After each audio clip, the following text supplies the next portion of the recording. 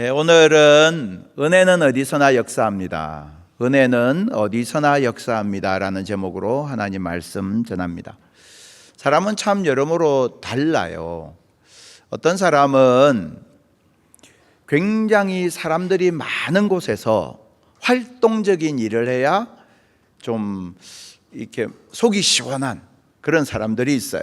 그래서 프로그램을 해도 이렇게 운동도 하고 찬양을 해도 율동도 겸해서 하고 사람을 만나도 한 번에 여러 명을 만나야 이렇게 좀 오늘 뭘 좀 한 것 같다 이런 생각이 드는 사람이 있는 반면에 어떤 사람은 날 좀 이대로 놓아주면 좋겠다, 나에게 관심을 안 가졌으면 좋겠다, 나는 막 사람들 많은데 말고 혼자서 가만히 앉아서 책이라 좀 찬찬히 볼 수 있으면 그걸로 나는 충분히 만족한다, 그런 생각을 갖는 사람들도 있죠. 여기에 계신 분들은 어떤지 모르겠습니다. 아마 다 다르실 텐데, 그렇다면 바울은 어떤 사람이었을까요?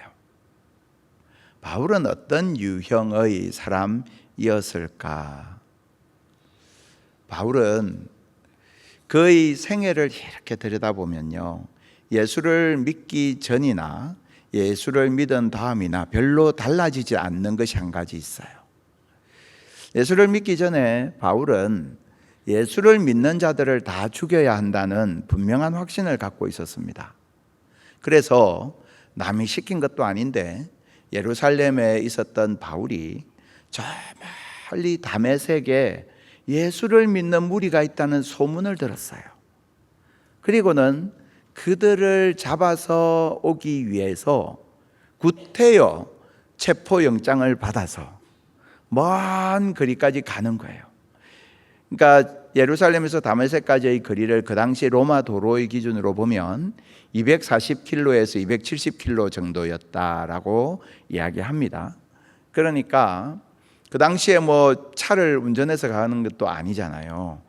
그 먼 거리를, 수백 킬로미터나 되는 먼 거리를 그 다메섹에 있는 몇몇의 그리스도인을 잡겠다고 쫓아 올라갔을 만큼 바울은 열정의 사람, 활동적인 사람, 그렇게 해서 다메섹으로 막 가면서 구슬땀을 흘리면서 가면서 바울은 아마 그랬을 거예요. 그래, 이게 사는 거지. 자신이 살아있음을 아마 느꼈을 거예요. 그만큼 그는 열정적인 사람이었습니다. 예수를 믿고 나서 어떻게 됐습니까? 예수를 믿고 나서 달라지지 않은 부분은 바로 그 지점이었어요. 바울은 예수를 믿고 그때부터 복음을 전하는 일에 목숨을 겁니다. 1차 전도 여행, 아시아 지역, 소아시아 지역이죠. 지금의 터키 지역인데 동쪽 지역을 이제 전도를 해요. 그리고 이제 탐색전을 한 뒤에 2차 전도 여행 때는 터키 전역을 내가, 소아시아 지방을 내가 다 복음을 전하리라 라고 마음을 먹고 야심차게 출발을 합니다. 바울에게 있어서 이 소아시아 지방에 복음을 전하는 건 대단히 중요한 일이었기 때문이에요. 열심히 복음을 전하는데 이상하게 이게 전도의 문이 자꾸만 막혀요. 그러다가 어느 날 마게도냐 사람의 환상을 봅니다. 마게도냐는 그리스 북부 지역이거든요. 마게도냐 사람의 환상을 봐요. 마게도냐 사람이 환상 중에 말합니다. 와서 우리를 도우라. 그 이야기 딱 듣고 바울은 바로 그 날부로 짐 챙겨서 마게도냐로 가는 거예요. 마게도냐로 가서 첫 번째 들어가서 복음을 전했던 곳이 빌립보죠. 여러분 아시는 것처럼. 자, 그러면 마게도냐까지 가서 복음을 전했잖아요. 그럼 이제 된 거잖아요. 근데 바울은 거기서 끝나지 않아요. 마게도냐는 그리스 북부인데요, 거기에서부터 그리스 반도를 종으로 쫙 횡단을 하면서 복음을 전해요. 그래서 아테네를 거쳐서 그리스의 남쪽 지역에 해당되는 고린도까지 와서 복음을 전해요. 그리고는 다시 돌아갑니다. 3차 전도 여행 때는, 원래 2차 전도 여행 때 소아시아 지방을 전도하는 것이 거의 목표라고 했잖아요. 그런데 소아시아 지방 전도하다가 이 마게도냐로 갔지 않습니까? 3차 전도 여행 때는 자신의 그 오랜 꿈과 비전이 담겨 있는 소아시아 지방을 전도하는 일에 전폭적으로 올인해요. 그래서 에베소 같은 곳에서는 3년을 머무르면서 완전히 뿌리를 뽑아버려요. 자, 여기서 느껴지는 바울의 모습, 바울의 이 개성, 그의 캐릭터는 어떤 겁니까? 그는 열정의 사람이고 열심의 사람이었습니다. 그는 땀 흘리면서 자신의 존재를 확인하는 그런 유형의 사람이었습니다. 그런 바울을 괴롭히기 가장 좋은 방법은 무엇일까요? 그런 바울을 가장 고통스럽게 할 수 있는 방법은 무엇일까요? 아무것도 못하게 하는 겁니다. 아무것도 못하게 하면 바울 같은 사람은 아마 정말 너무 큰 스트레스를 받아서 어쩔 줄을 몰라 할 수밖에 없었을 겁니다. 우리도 그렇잖아요. 막 바깥에 다니기를 좋아하는 사람한테 너는 집 밖에 나가지 마. 그러면 여러분 얼마나 답답하겠습니까? 자, 바울은 발로 뛰면서 복음을 전하면서 자신이 살아있음을 느끼는 사람이었는데 감옥에 갇혀버린 거예요. 감옥에 갇혀서 할 수 있는 일이 없어요. 감옥에 갇혀서 어디로 갑니까? 그냥 갇혀 있는 겁니다. 얼마나 답답했을까요? 이제 내가 할 수 있는 일은 아무것도 없구나. 그런데 뜻밖에도 바울은 이렇게 말해요. 오늘 본문 21절을 보시면 나의 사정 곧 내가 무엇을 하는지 너에게 알리고 싶다. 내가 무엇을 하는지라고 했어요. 이게요, 현재 분사형입니다. 지금 현재 진행되고 있는 일에 대한 이야기예요. 내가 지금 뭔가를 하고 있는 거예요. 내가 무엇을 하는지. 아니, 그가 뭘 할 수 있단 말입니까? 감옥에서. 내가 무엇을 하는지라는 이 표현이 가지고 있는 의미는 무엇이냐면, 나는 할 수 없지만 주님께서 지금 일하고 계신다는 뜻이에요. 주님의 일하심에 나는 그냥 도구로 쓰임받고 있을 뿐이라는 거예요. 옥에 갇힌 지금도 하나님께서 일하고 계신다는 거예요.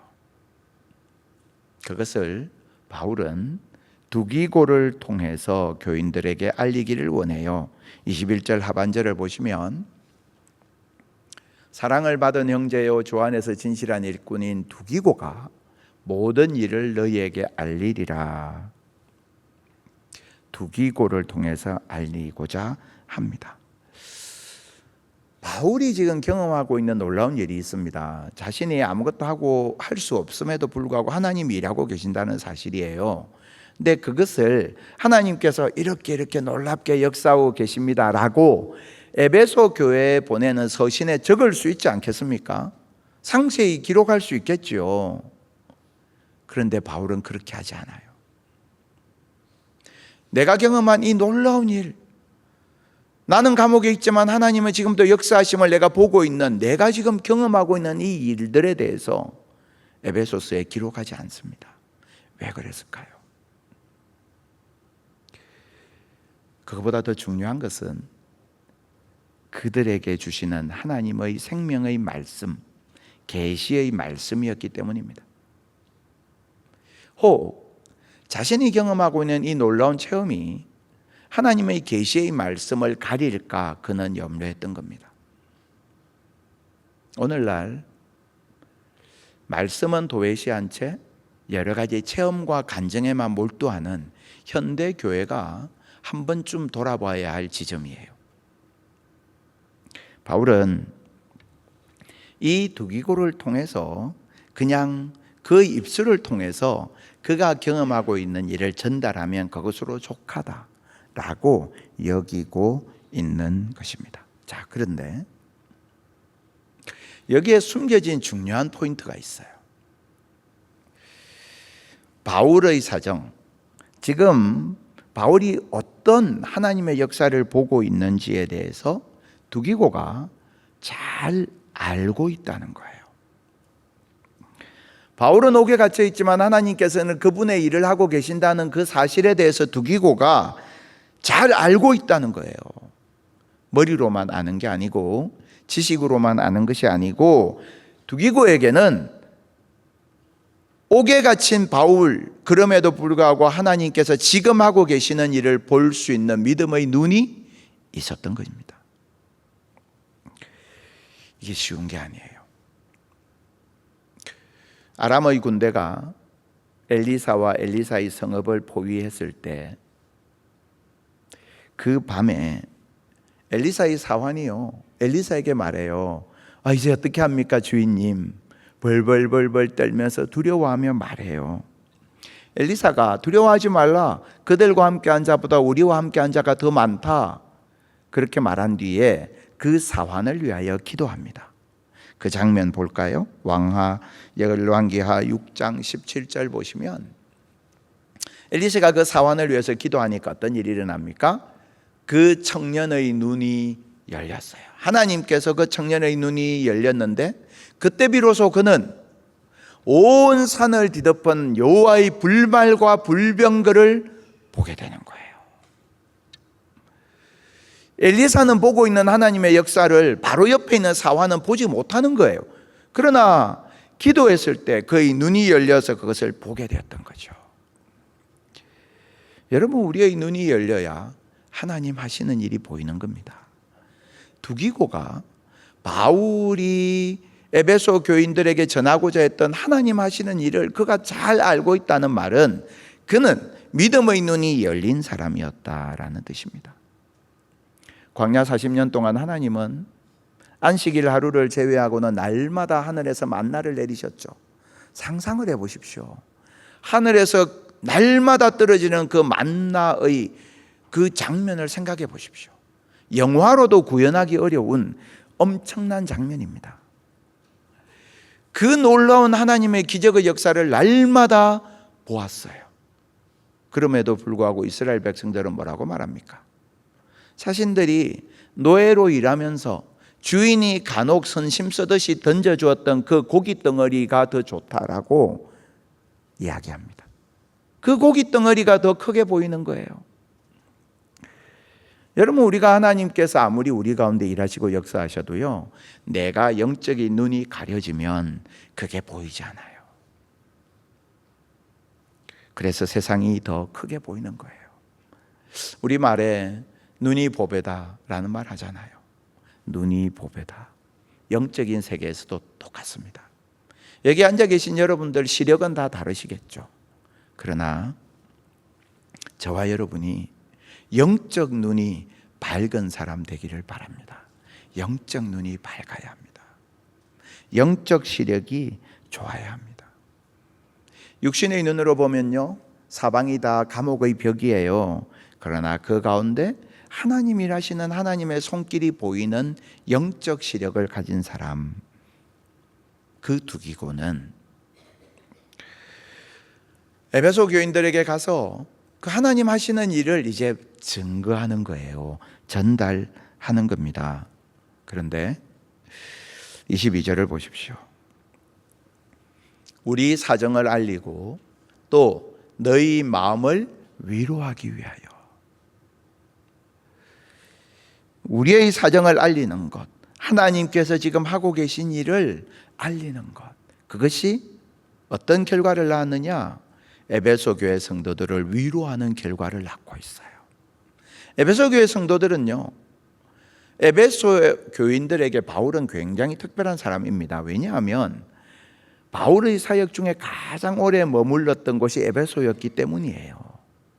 그런데 그 에베소 교회의 지도자였던 바울이 감옥에 갇혀 있단 말입니다. 상실감과 안타까움이 얼마나 컸겠습니까? 그런데 그들에게 두개가 하나님 지금 하고 계신 일을 전했을 때 그들의 마음에 위로가 임하게 되는 거예요. 두기고는 하나님께서 하시는 일을 알림으로써 다른 사람을 위로하는 사람이었습니다.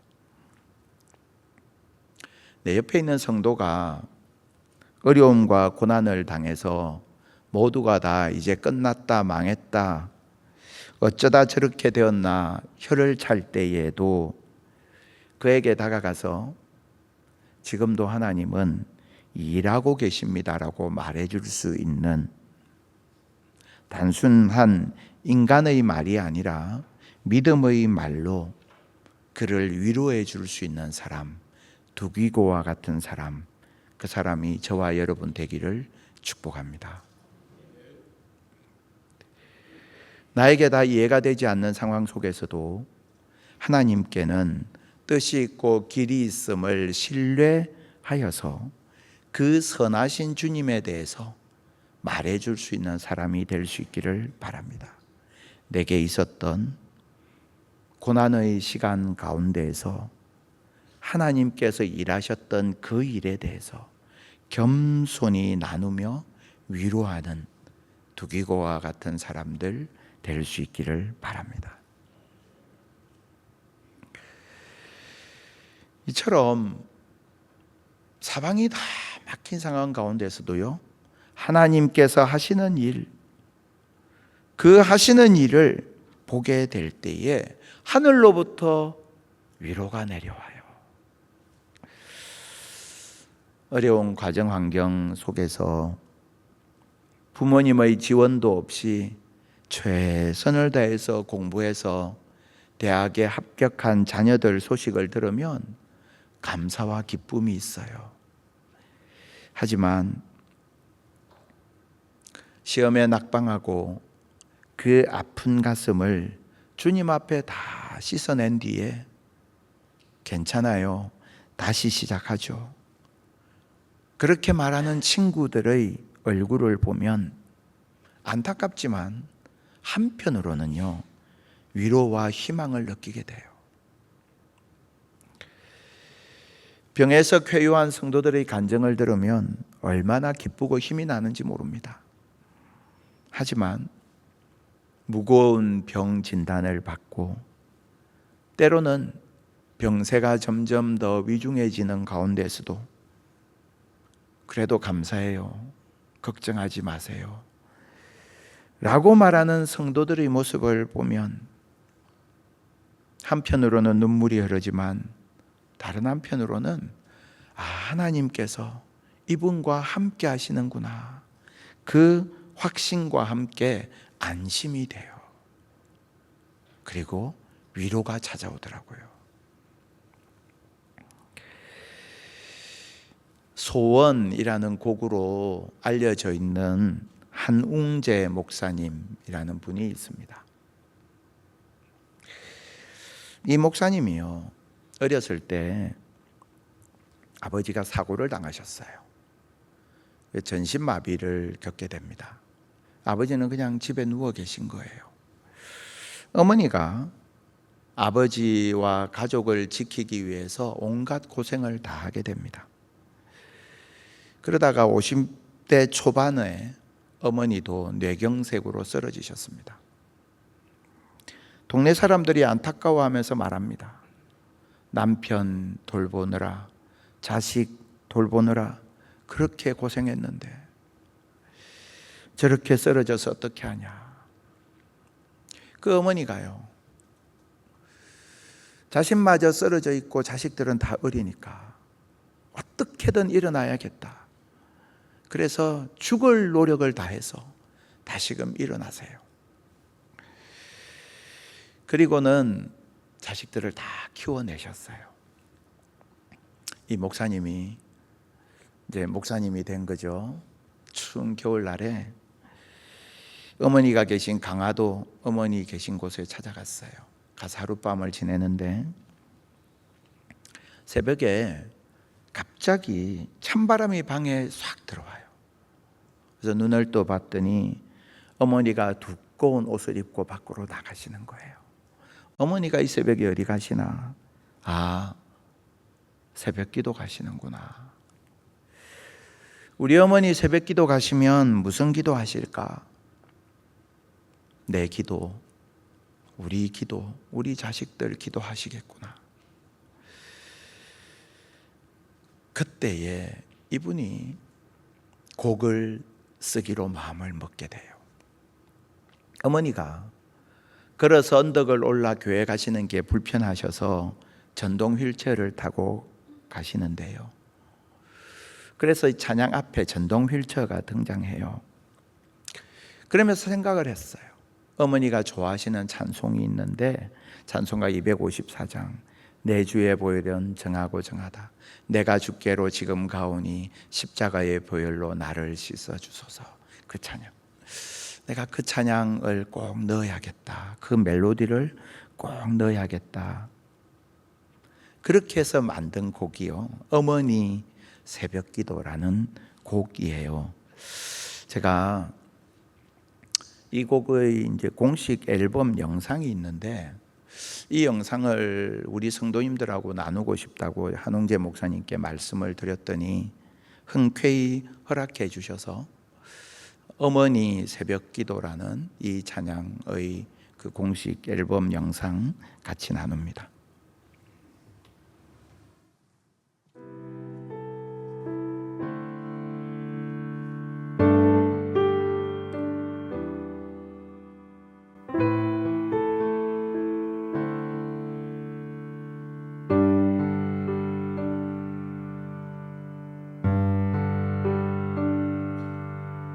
깊은 겨울 새벽녘 아직 사방은 어두운데 밤새 식은 전동 휠체어 내 어머니 새벽 시골길 따라 어머니 가시는 그 길 언덕 위에 내 고향 예배다 우리 아이 바르게 이 길 잘 가기를 참되고 행복하기를 그분의 기쁨 되기를 일찍 서둔 착한 사람들 사이 어딘가 내 어머니의 기도 소리 아침처럼 피어나리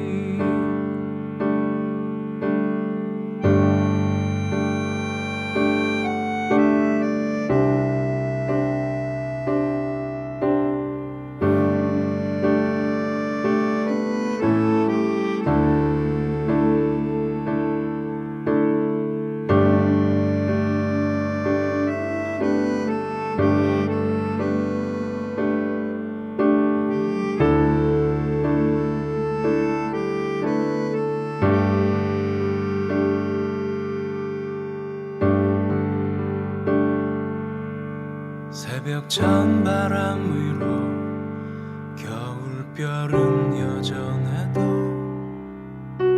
늘 그 자리 어머니 기도 소리 우리 아이 바르게 이 길 잘 가기를 참되고 행복하기를 그분의 기쁨 되기를 일찍 서둔 착한 사람들 사이 어딘가 내 어머니의 기도 소리 아침처럼 피어나리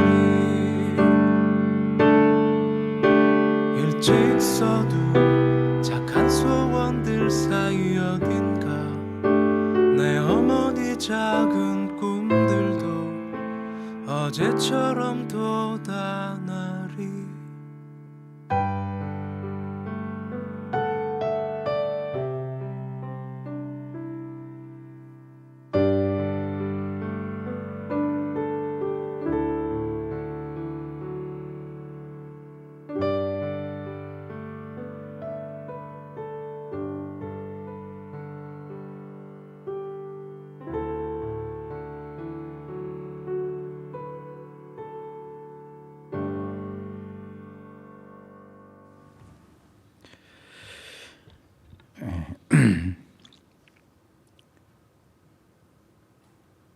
새벽에 시골 길을 뚫고 새벽 예배 나가는 그 길, 힘들게 지팡이 짚고 걸어가는 그 걸음, 그 걸음이요 하나님을 움직이고 그 눈물의 기도가 자녀의 가슴에 박히고 그 은혜가 많은 사람들에게 위로를 주는 하나님의 도구가 되는 겁니다. 그 길, 그 걸음으로 할 수 있는 일이 무엇이 있느냐? 아니에요. 여러분, 우리가 내가 할 수 있는 일이 없어. 내 전성기는 끝났어. 나는 지금 아무것도 할 수 없는 상황이야. 그런 생각 하십니까? 그것은 지극히 불신앙적인 생각이고 교만한 생각입니다. 하나님을 제한하는 생각이에요. 하나님은 그렇게 나의 상황에 갇히는 분이 아니시고, 하나님은 감옥의 벽에 갇혀 있는 하나님이 아니십니다. 내가 할 수 있는 일이 더 이상 아무것도 없을 때, 그때야말로 하나님께서 일하시는 때입니다. 내가 주님 앞에 두 손 들고 항복할 때, 그때 하나님은 마음이 급해지십니다. 왜냐? 내 자녀가 나에게 저렇게 두 손 들고 와서 항복하는데 내가 이 아들, 이 딸 내가 지켜줘야지. 그래서 하나님의 마음을 급하게 하려면 내가 하나님께 두 손 들고 항복해야 되는 거예요. 그런데 여전히 내가 할 수 있다, 내가 내 힘으로 살아야지, 그런 마음 먹고 살아가는 사람을 하나님이 어떻게 도우십니까? 하나님은 하나님 앞에 두 손 들고 나아가는 그 사람, 감옥에 갇혀서 하나님 내가 할 수 있는 일이 아무것도 없어요, 그렇게 항복 선언한 그 사람을 위해서 하늘에 있는 모든 권능을 다 동원해서 그를 지키시고 그를 통해서 일하시는 줄 믿습니다. 이 사실을 전하니까 이 일이 모든 사람들에게 위로가 되었다라는 거예요. 그래서 에베소 교회 성도들은요, 바울을 이 두기고를 통해서 전달받은 그 이야기를 통하여 하늘의 위로를 경험하게 되는 것입니다. 사실 이건 바울의 모든 사역의 현장에서 반복적으로 경험되었던 일입니다. 여러 가지 본문들이 있는데요, 우리 한 구절만 좀 찾아볼게요. 디모데후서 2장 9절 말씀, 디모데후서 2장 9절 말씀인데요, 디모데후서 2장 9절 말씀에서 바울은 자신의 이 간정이 담겨 있는 고백을 하고 있죠. 디모데후서 2장 9절 우리 같이 한 목소리로 읽습니다. 복음으로 말미암아 내가 죄인과 같이 매이는 데까지 고난을 받았으나 하나님의 말씀은 매이지 아니하니라. 아멘. 하나님의 말씀은 매이지 아니하고 하나님의 은혜는 갇히지 아니하는 줄 믿습니다. 어떠한 것으로도 하나님의 그 역사하심을 가로막을 수 없습니다.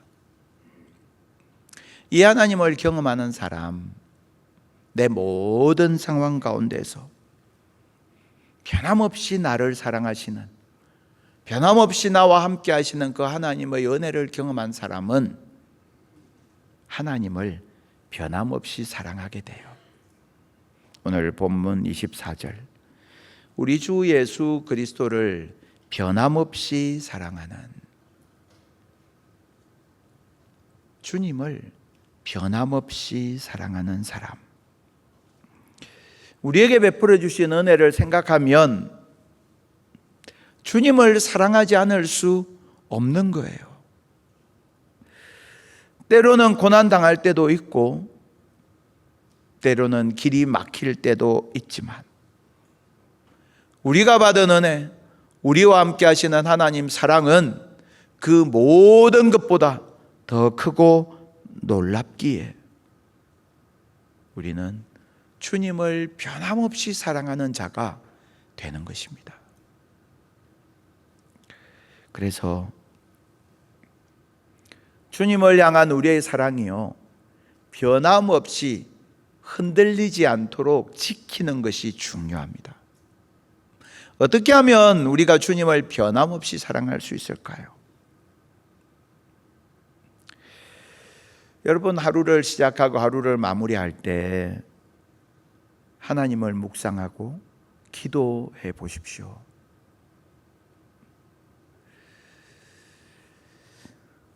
하루를 시작하면서 오늘의 찬송을 정해 보시어도 좋고요, 오늘 내가 기억하고 붙들어야 될 성구를 한 구절만 딱 정해 보셔도 좋아요.